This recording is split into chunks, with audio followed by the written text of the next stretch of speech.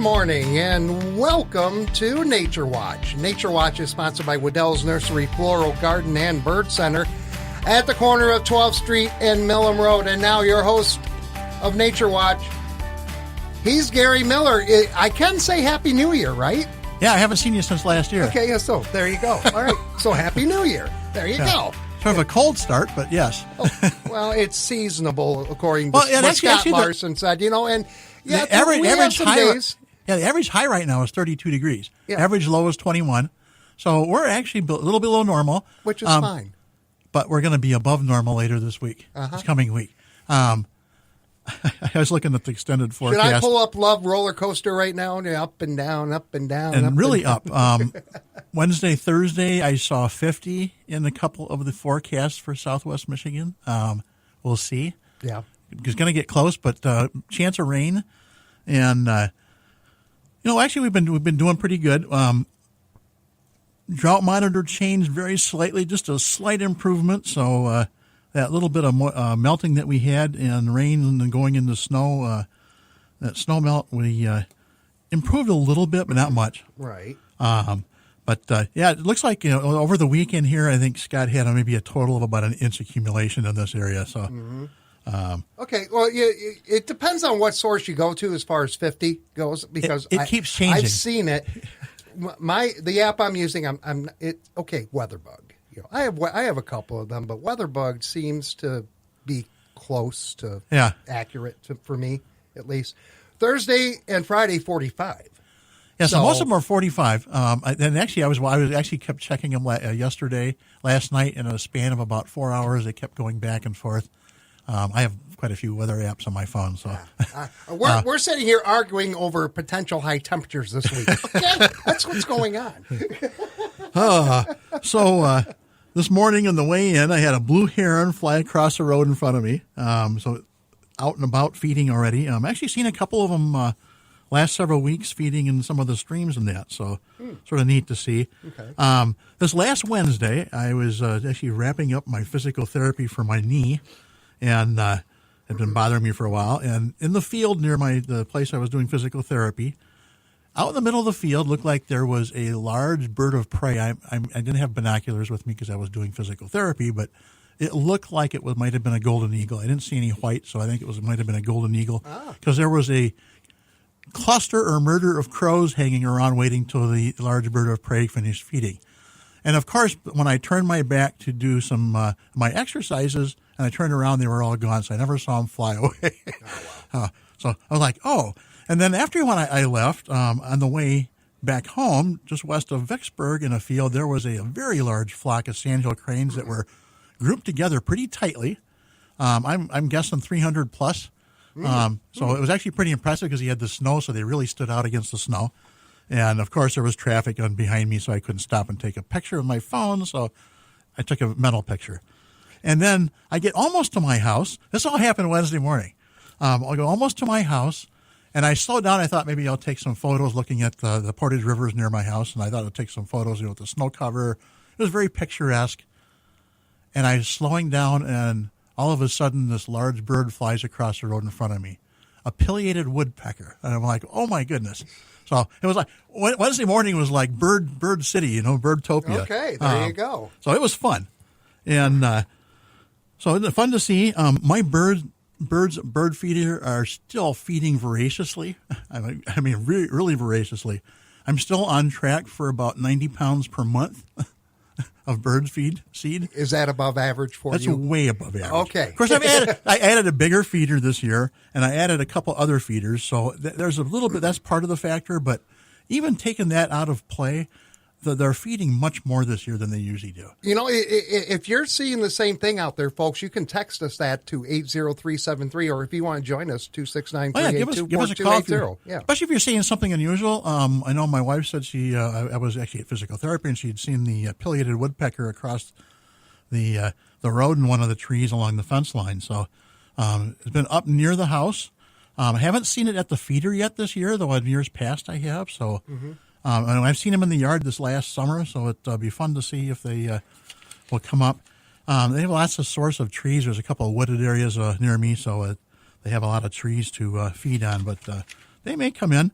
I've noticed a lot more birds eating suet this year, and I think because really when it's cold, and you can always tell when the weather's getting bad or going to get bad because all of a sudden there's a lot more birds.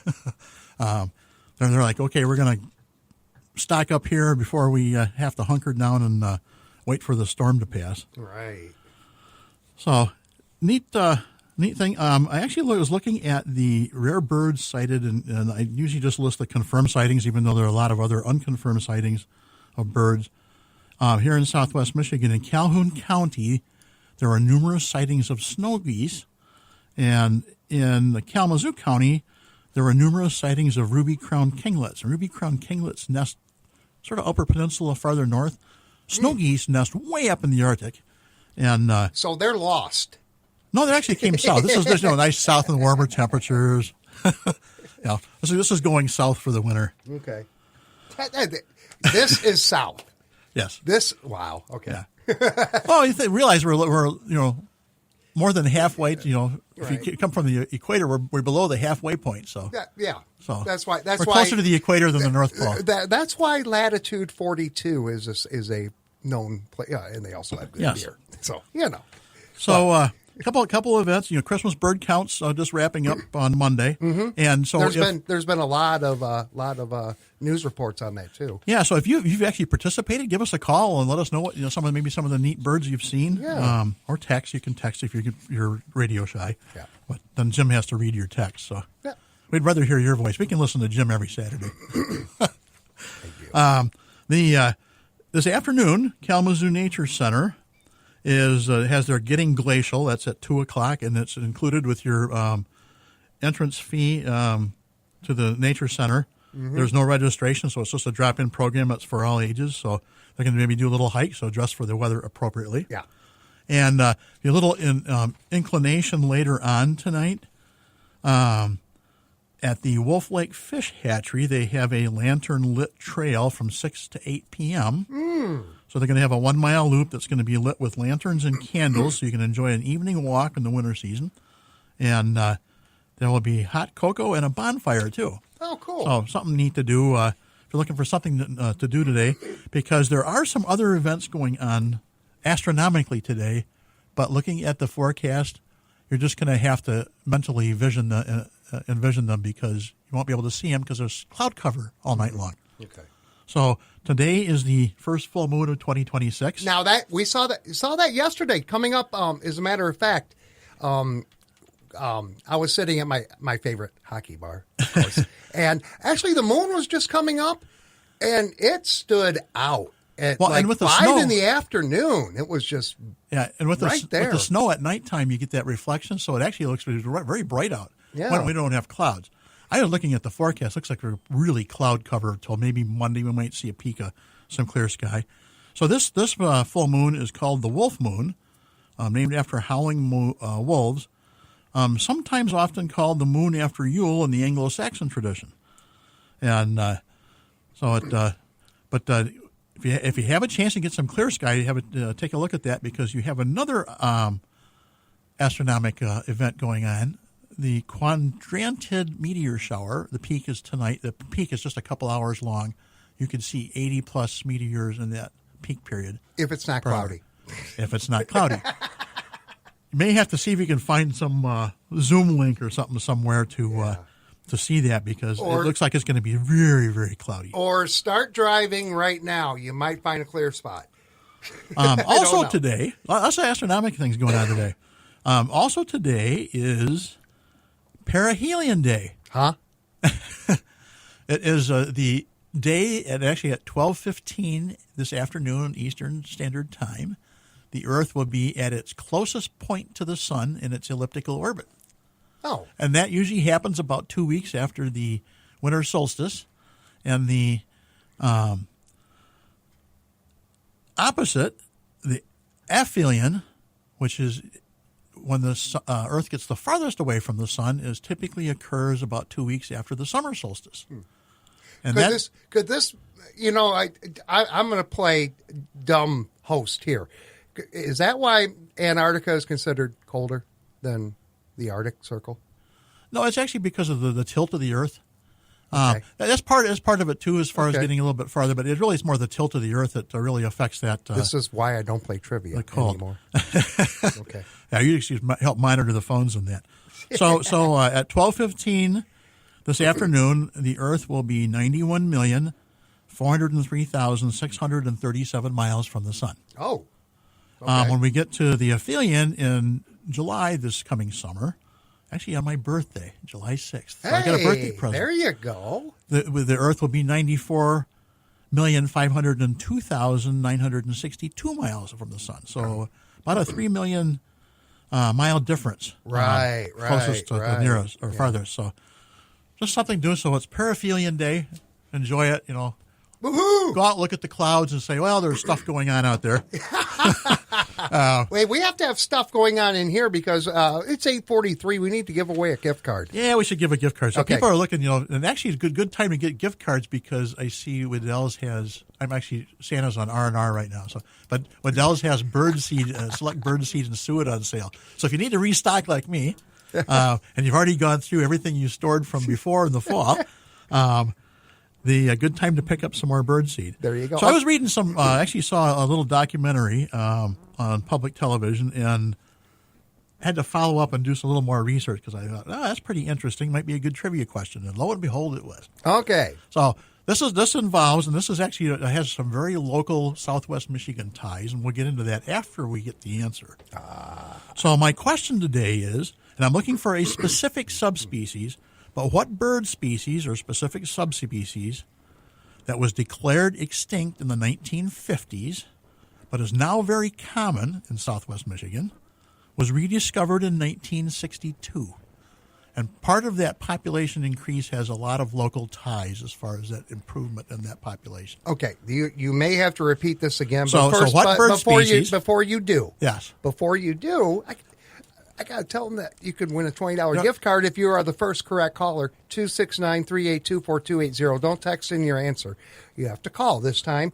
And the first correct caller to Gary's question, which I'm going to have him repeat now because I was having problems following along. So what specific bird subspecies? So I would tell you the bird species was also very, very uncommon in the 50s and 60s. Okay. And so population-wise, all of the subspecies have improved tremendously in population. Okay. In fact, to the point, a little hint here, they've become nuisances. But the one that was very rare in the 1950s, and actually they really thought it had gone extinct in about the 1920s. It was officially declared extinct in the 50s. And then in 1962, they discovered a very small local population in the Midwest, not in Michigan. Mm-hmm. And from that population, very small population, the numbers were increased. So what specific bird subspecies was rediscovered in 1962? And I would tell you the repopulation and improvement in numbers has some local Southwest Michigan ties. 269-382-4280. First correct caller with the correct answer will win. Simple. So as most people that. are going to go for my hints and say, I know which species it is, but I wonder which subspecies. So I thought it was pretty interesting because, and I've got some little history about the local ties then too. It's very interesting. Okay. So we were talking about astronomical events. Next Saturday, the Kalamazoo Astronomical Society has another online viewing session from 9 to 11. That's via Zoom. You need to register ahead of time so you get the link. And they have that from the remote telescope down in the southwest. So that typically has clear sky. So even if it's cloudy here, you should usually can see that. They have a cloud date of a week later in the 17th. So okay. if you want, get tired of looking at clouds at night and you want to see some neat astronomy things, they will take photos during that session, and if you're a participant, you will get copies of those photos emailed to you. So neat way to participate and see and do it in the warmth of your home. Don't have to worry about driving anywhere, and don't have to worry about the weather here because it doesn't matter. Okay. Still looking for a call. Oh, so everybody's really puzzled now. So what bird subspecies?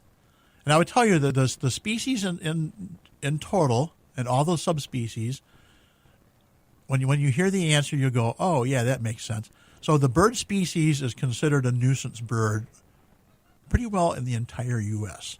and actually lots of parts of Europe now, too. just because the population. But this particular subspecies of that bird was the one that was rediscovered in 1962. And a little hint, it was rediscovered in Minnesota. Small population. So we'll see if we get an answer here. I'll throw some other hints out here if we need to. Yeah. So what particular bird subspecies was rediscovered in 1962? And I'm looking for that specific subspecies. It was declared extinct in the 50s. And actually, the last numbers that they'd seen were about 1926, if I remember correctly. And it's actually part of what this local tie, how this facility got started, was part of the entire bird species and trying to get that population built up, along with other birds of its same classification. Okay.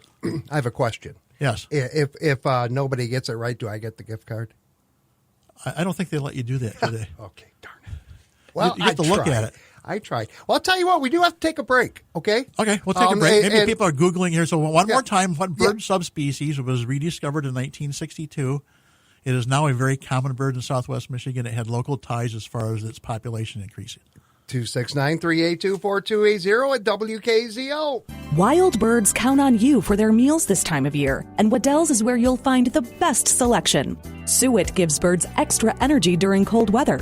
This week, get high-protein peanut butter suet cakes on sale for just $2.98, or get the case of 12 for $34.98. You save $10. All 6 varieties of suet plugs for log feeders are on sale, including berry, nut, and insect plugs for $2.68. Suet log feeders are great for attracting woodpeckers and many other birds. All 4 styles are on sale, including one that holds 3 suet plugs for only $16.98. Keep finches happy with thistle seed, now just $1.78 per pound. And remember, Waddell's Wild Bird Feed Frequent Buyer Program. Buy 12 bags of mixed wild bird feed and receive the 13th bag free. There's no time limit. Buy them all at once or through the year and get your 13th bag absolutely free. Waddell's Nursery Florist and Garden Center thanks you for supporting their business by shopping local for all your bird feeding supplies. WKZO. I like the local news. More local news on the radio than any other station in town. And online, too, at WKZO.com. Gary has just confused everybody with his trivia question. And I think we may have someone who's going to help us out. Good morning, WKZO. I think this is Terry, right? This is Terry. This is Terry. Hey. So go ahead. Yeah. So what's your guess? I'm thinking it's the pigeon. Oh, no, it is not. Oh. That was a good guess. Oh, my. Okay. Oh. Terry. Try again. 269-382-4280. So another hint for you listeners out there, and you're trying to figure out which bird I'm talking about. I would tell you this bird is much larger than a pigeon. And they like grazing in grassy areas. So a big hint. Nuisance bird likes grazing in grassy areas. I think most people can figure out what it is. Now they just got to figure out which subspecies. Yeah, I see. Subspecies. Which subspecies of the bird. So most people can guess the species, but the subspecies. And I thought it was significant because the subspecies was very rare and still not number-wise as much as some of the other species, or subspecies, but still very, very common. So everybody's just sort of scratching their heads yet. Yeah. So there is a facility here in southwest Michigan that is does a lot of work with birds, and it's got its start with working with this type of bird and the whole group. So all the different birds of the same genre of bird, they like it wet. So that must be must be a waterfowl of some sort. Really big hints there. But anyway, this facility got its start. Hang on. Wait a minute. Oops. What happened? Oh, there we Jim go. just I hung lost up. him. Yeah, I lost him. Try again. I lost him. I hit the wrong button on this phone, and it freaked out. So this facility got its start for the total genre of birds as far as trying to rebuild the population because they'd been overhunted in that. This particular bird subspecies that I'm looking for, this facility was very involved in repopulating the bird in the Midwest. So Let me make sure I didn't break the phone. Good, I didn't break the phone. Okay. That was almost alarming. I know. Again, 269-382-4280. I promise I'll hit the right button this time around. But once again, what is your trivia question that we are just having all sorts of fun trying to give away? Yeah, what particular bird subspecies was rediscovered in 1962? This bird is now considered a nuisance. It likes grazing in grassy areas. It's a larger bird than a pigeon, like much larger. But it was declared extinct in the 50s. It was declared extinct in the 50s. Okay. And actually quite a few of the subspecies were either threatened or almost extinct. But this one was very, definitely they thought was extinct. And then they rediscovered a little small flock in Minnesota in 1962. Oh. And that was the basis of getting this whole population rebuilt. And now they're so numerous that they are considered as a nuisance, not only in North America but in Europe, because they were introduced from Europe from North America by Samuel Champlain. Took some over to Europe, and they escaped. And okay, there are a ton of clues, whatever, that are being kicked out here by Gary. Good morning, WKZO. Who is this? Jeff. Jeff, save us, please. Giant Canada goose? that is correct. Hey, here you go. All right. So the giant Canada goose, Branta canadensis maxima, is the largest subspecies of the Canada goose. And so the Canada goose is the species. And the giant Canada goose was actually declared extinct in the 1950s and was rediscovered in 1962 in Minnesota. The local tie is that the Kellogg Bird Sanctuary was created by Dr. Kellogg, bought some farmland around Wintergreen Lake to try to get have some habitat and safe areas for waterfowl to get their population numbers back up. And that started the including Canada geese. And the Kellogg Bird Sanctuary was very involved with the giant Canada goose as far as they were one of the local areas that helped raise that population, and then they worked with the Michigan DNR and other states as far as releasing them. There were numerous areas in the country, Iowa, Nebraska, Minnesota, Wisconsin, all had some facilities that they were raising geese to try to get them released. Oh.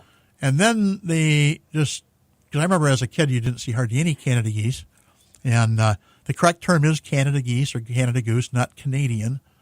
Okay. If it's a Canadian goose, it could be any type of goose, eh? Jeff, we do offer humor on this show. We try to, at least.